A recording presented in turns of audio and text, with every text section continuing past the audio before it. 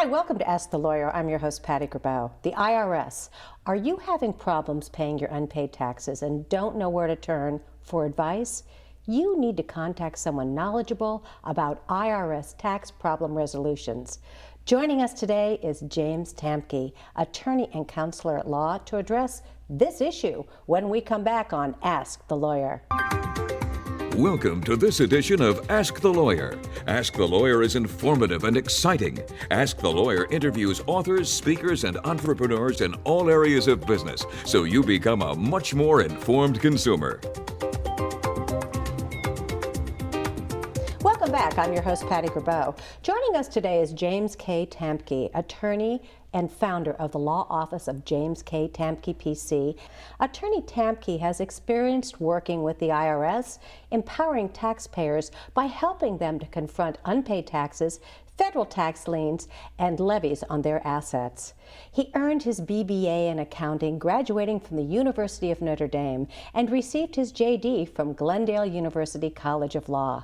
Most impressively, Attorney Tamke's court admissions include the Supreme Court of the State of Indiana, the United States District Courts of the Northern District of Indiana, the Southern District of Indiana, and Western District of Michigan. It is a pleasure to have you on the show today. Well, thank you, Patty. It's nice to be here. You are one busy person, I'll tell you. I am. It's a good thing. Yeah. You say no matter when the last time you paid your taxes was, and no matter how large a sum you owe, we are prepared to review your situation and offer practical and effective solutions. What is your approach when people first come in to see you? Well, when they first come in, Patty, they're usually fairly nervous because they're afraid of the IRS. Of course. And first thing we tell them is, relax. You've got attorney-client privilege here. Okay. Everything you tell us will be kept in strict confidence. We're on your side. We know how to handle your IRS problem. Anything you tell us, as I said, will be kept in strict confidence because of the attorney-client privilege, Right. as opposed to certain other tax resolution companies that are available that don't have that attorney-client privilege. They can be required to actually testify against the taxpayer in court. They don't have to worry about that at our office. Just tell all. The more they tell us, the more we can help them. The more they can lay out their background and their history, the more roadmap you can place to make sure that they're okay. Absolutely. Now, when someone owes back taxes to the IRS but can't afford to pay them, what advice do you give them? Well, first of all, every case is a little bit different. There's not a one-size-fits-all approach to it. There's not a magic pill. There's actually 6 different legal remedies that we generally work with. One is known as the offer in compromise, where there's an offer made to settle the taxes for less than what is owed. But that's more involved than just making an offer of so many cents on the dollar or whatever. Okay. It's a mathematical computation that's very involved as far as valuation of assets and income and expense budgets and that sort of thing. So it has to be done correctly in order for the IRS to consider it. Also, there is an installment agreement for people that can afford to pay all their taxes back, but they just need time to pay it without the worry of the IRS coming in to garnish their wages or levy their bank account, and they just want time to pay. There is a hardship program available for people that cannot afford to pay anything. There's some taxes that are actually discharged by the statute of limitations for collection that the IRS is still continuing to collect on, and what we do in those cases is to, under the Freedom of Information Act, we'll get a hold of their IRS file and determine whether or not the taxes should be discharged, and in some cases they're being pursued for taxes they don't even owe. There's also, believe it or not, taxes can be discharged in bankruptcy in certain situations. Not really? Not all taxes are discharged. And how does that work? Well, actually, if the tax year involved is more than 3 years old, if the tax return was prepared by the taxpayer more than 2 years ago and filed with the IRS by the taxpayer, and if an assessment was made of the taxes more than 8 months ago and there was no fraud involved, then chances are those taxes are going to be dischargeable. Now, generally, most of the tax resolution companies that are not law firms are not going to tell people about that option because they're not lawyers and they're not able to utilize that particular remedy. Yeah, and that's something people really don't know about. They really don't, they assume that you're going to have to pay back your back taxes. Well, that's very true, and I would say that most IRS agents, as well as even most lawyers, seem to have the opinion that taxes can never be discharged in bankruptcy, but our firm's been doing it for over 20 years. Now, when you were talking about offer and compromise, when somebody owes back taxes but doesn't qualify for an offer and compromise because of too much income or too many assets, what can they do? Well, what they'll do, first of all, let me back up a little bit and explain the way a little bit more about how an offer works. Great. It's almost like high school math where there's a formula that you have to go through. The first thing that we do is utilizing the IRS offer and compromise forms, we have to determine what the so-called monthly disposable income is of the taxpayer, of our client. And let's say, for example, it's $100 a month that they have available to pay towards the back taxes. Then we have to take a look at what the value of their assets are. For simplicity, let's say $10,000. Then we take that monthly disposable income, and the formula is you multiply it by 48. That equals 4,800. Add that to the 10,000 value of assets in our example. That's 14,800. So no matter whether the person owes $50,000 or $100,000, the minimum offer the IRS is allowed to accept would be that $14,800 in the example I just gave. But the only catch there is they call it a cash offer, which means that it has to be paid within 5 months. So you have to have either a borrowing source or someplace to get that money. If you don't, then they'll give you longer. They have something called a short-term offer. You take the same example I just gave, let's say they have $10,000 worth of assets, but then you take that disposable monthly income times 60 rather than 48, so that would be 6,000 plus the 10,000 equals 16,000, and they will actually give you 24 months to pay that. But the difference is, in addition to getting more time, you have to pay interest on it, and that's the reason that's not like the cash offer where it's interest-free. Now, you're going to have people that come in that they need more than 24 months. Well, there's a way that it can be extended up to as much as 10 years, which would be 120 months. So you take the 120 times the 100, that's 12,000 in the example we gave, plus 10,000 value of assets, 22,000.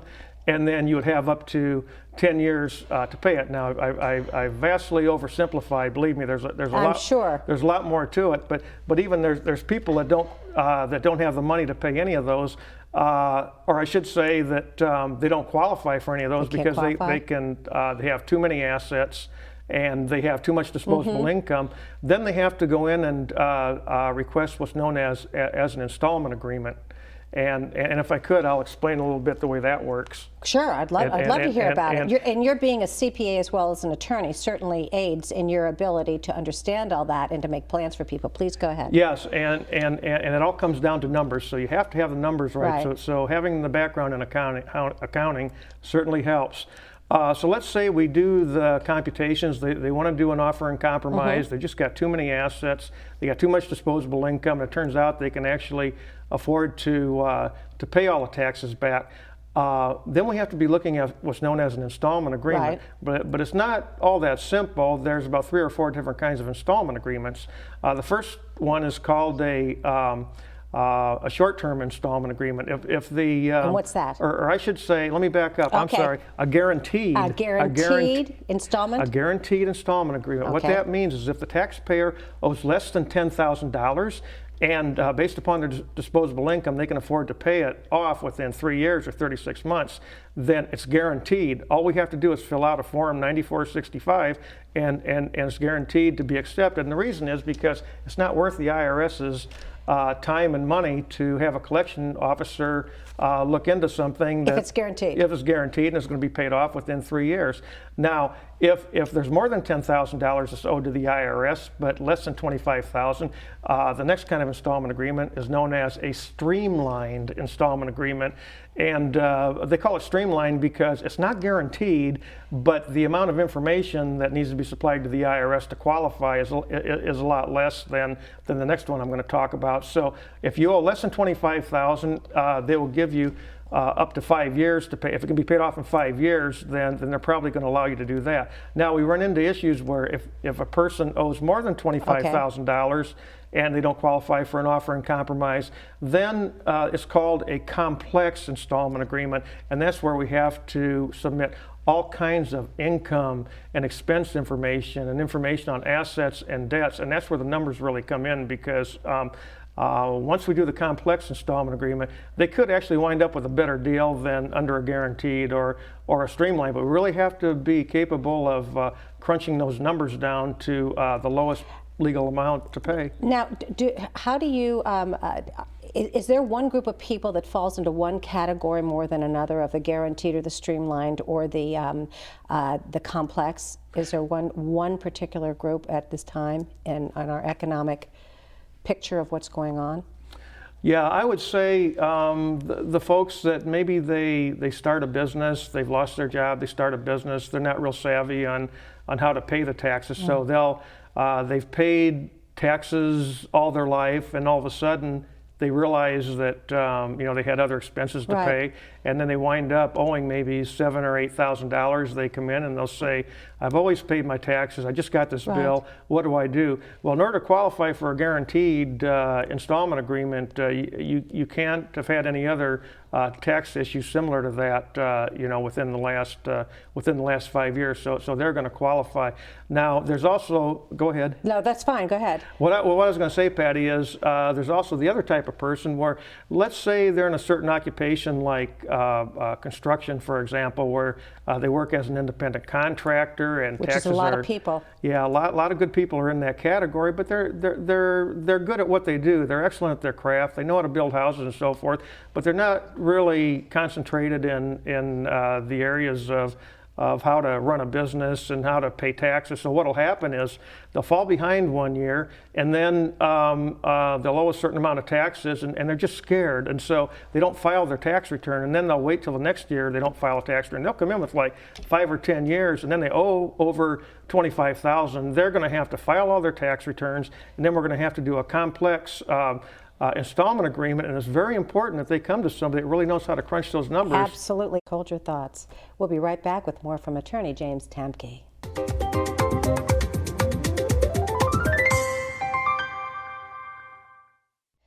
What happens if a husband and wife file a joint income tax return, which shows that they owe taxes? Can the IRS try to collect the whole thing from just one of the spouses, even if it was the other spouse's income that caused the taxes to be owed? Yes, Patty, actually they can, as long as they sign that joint return. They're signing under penalties of perjury that they understand they're liable for the whole thing, even though it may be based on the income of the other spouse. Well, what happens in a divorce? What happens in that case? Who has to pay the taxes? Well, as far as the IRS is concerned, they don't care who pays it. But what happens usually as a practical matter is during the divorce process, the divorce court will order one or the other spouses to pay it. Let's say, for the sake of example, that the husband is ordered to pay all the taxes, and then he doesn't pay it.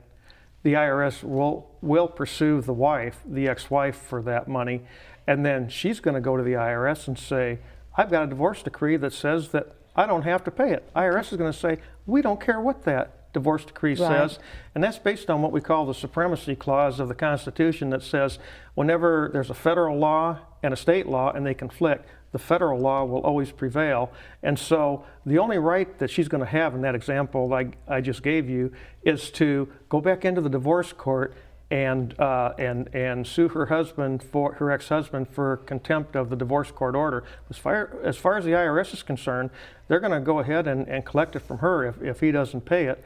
And that's just one of the unfortunate situations of divorce and taxes.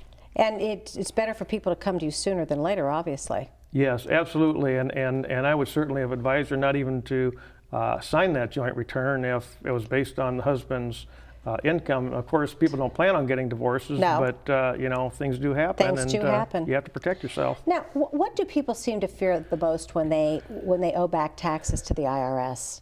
Oh, they fear that they're going to go to jail. But you know what, Patty? You don't go to jail for owing back taxes, but you can. It is a crime to not file a tax return. Okay. And so the most important thing for the IRS is what they call compliance. File all your tax returns, and they'll work with you on, you know, offering compromise or installment agreement, hardship, whatever it is. But if you don't file your tax returns, they're not going to give you any breaks at all. But as far as owing back taxes, in our nation, it's unconstitutional to put somebody in jail just for simply owing a debt. No, no, not for me. Now, does the IRS just show up at your door one day and say, you owe us these back taxes and you have to pay us or else? Or do they send you a letter? How does that work?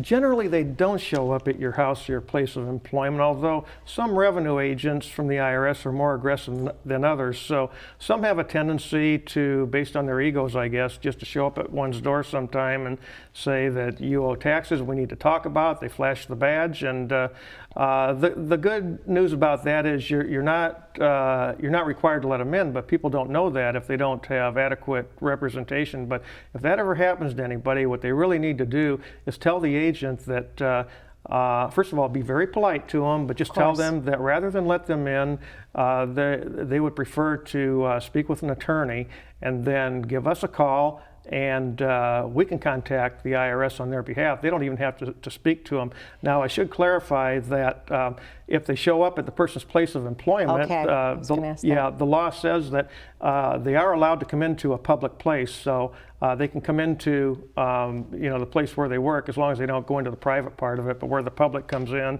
the entrance area, the receptionist area, they are allowed to come in there, which can be very embarrassing for somebody when they show up with their badge and flash it around and so forth. But as a practical matter, they normally, most revenue agents are going to send out a letter giving the taxpayer 30 days to contact them in regards to the back taxes, and that's when they should really call us, and we can talk about their options. I would think so. And what if somebody can't afford to and wants to pay their back taxes,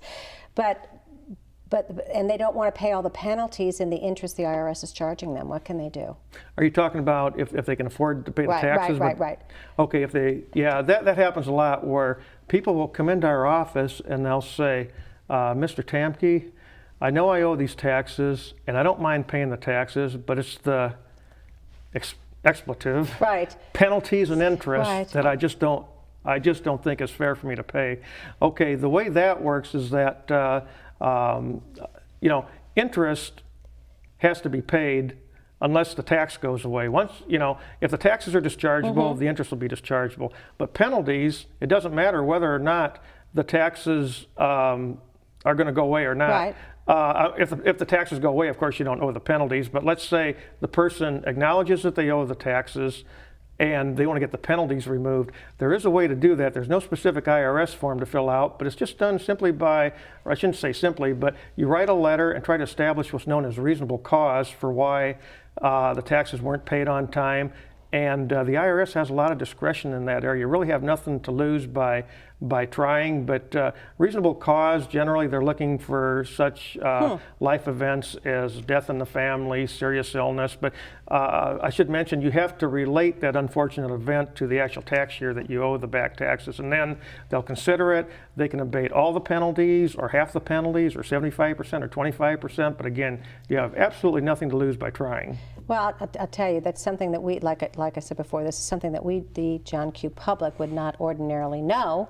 And we just sit and fret and worry, and the more you sit and fret and you don't address the situation, the more you owe and the more you're in trouble. So absolutely, it's a domino effect. Now, if you prepare your tax return and it shows that you owe money, should you wait and file the return after you have the money to pay it, or should you go ahead and file the return even when you can't afford to pay it? Well, that's a question that's asked a lot in our office, but we always advise people to go ahead and file the tax return even though they owe the tax, because as I mentioned before, in order to qualify for any of the tax relief programs available, all tax returns must be filed. And if you don't file the tax return, what will happen is there'll be additional penalties for late filing, and it just creates a cycle where it becomes almost insurmountable. We can still help them, but the IRS is more apt to go in and try to levy a bank account or garnish wages if those returns have not been filed. Now, can the IRS put a lien on your property when you owe back taxes, and if so, how does that work? Yes, they can. Generally, now they have something called the Internal Revenue Manual. It's sort of like, I guess you could say almost like their Bible that they go by with their rules and regulations.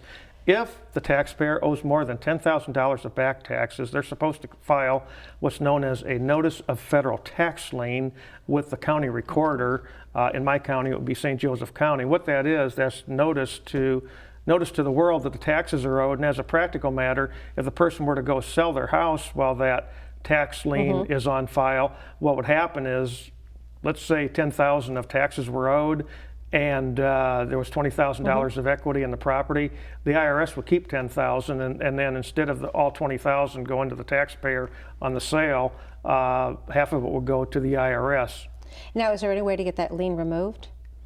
Well, if a person is successful in filing an offer in compromise and actually paying the amount of the offer, the IRS will release that lien.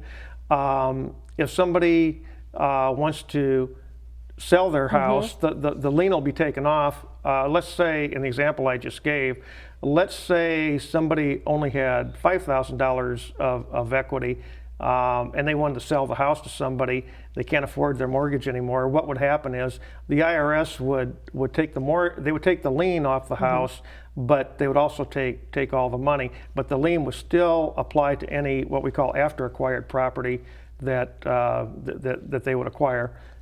Okay, and what about a credit rating? I mean, would that affect your credit rating? It's got a huge effect on the credit rating.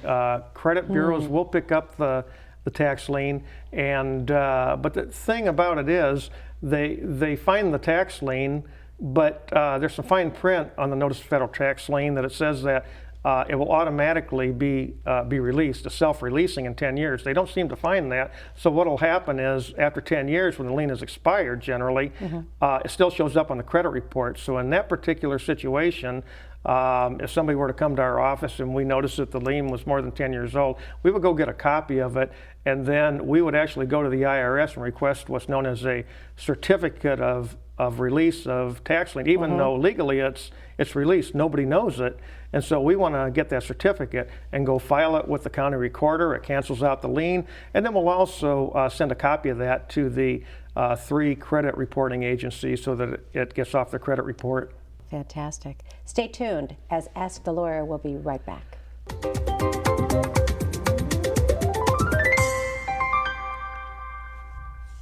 Now, why should someone come to an attorney when they could go to like the national tax resolution companies?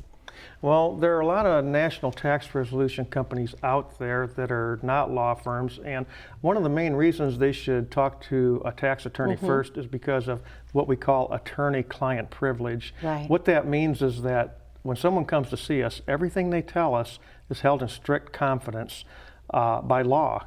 But when they go to a non-lawyer, the IRS can actually force that non-lawyer to testify against them in court. That's one of the reasons. And there are other reasons as well. And the national tax resolution companies, I would put them in 2 categories. They're the legitimate ones and the non-legitimate ones. The legitimate ones, they try to solve a person's tax problem, but they seem to take a one-size-fits-all magic pill sort of approach to it, where they try to sell everybody the same remedy, which is an offer in compromise, whether they qualify for it or not.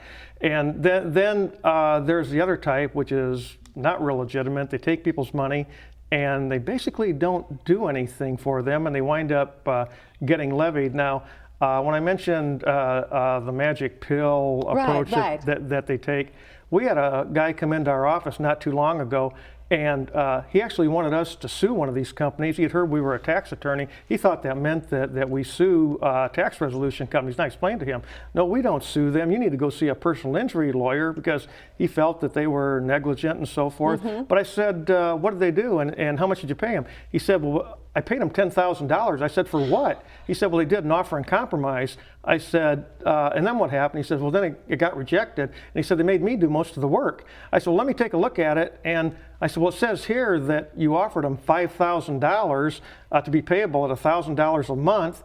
And I'd just like to know, how much money do you make a year? And he said, I make about $75,000. I said, are you single or married? He says, I'm single. And I explained to him the whole purpose of the IRS accepting an offer in compromise is that they feel that it's easier for them to take less money now than to try to collect money from them later. In other words, they think they're not going to be able to collect it. He was obviously totally collectible, and there was absolutely no reason for the IRS to accept that offer. And so he wanted me to help him get his $10,000 back. And I told him, unfortunately, these companies are not subject to the same guidelines and rules that lawyers are. There's no state bar they have to report to. And we looked at the fine print of his contract.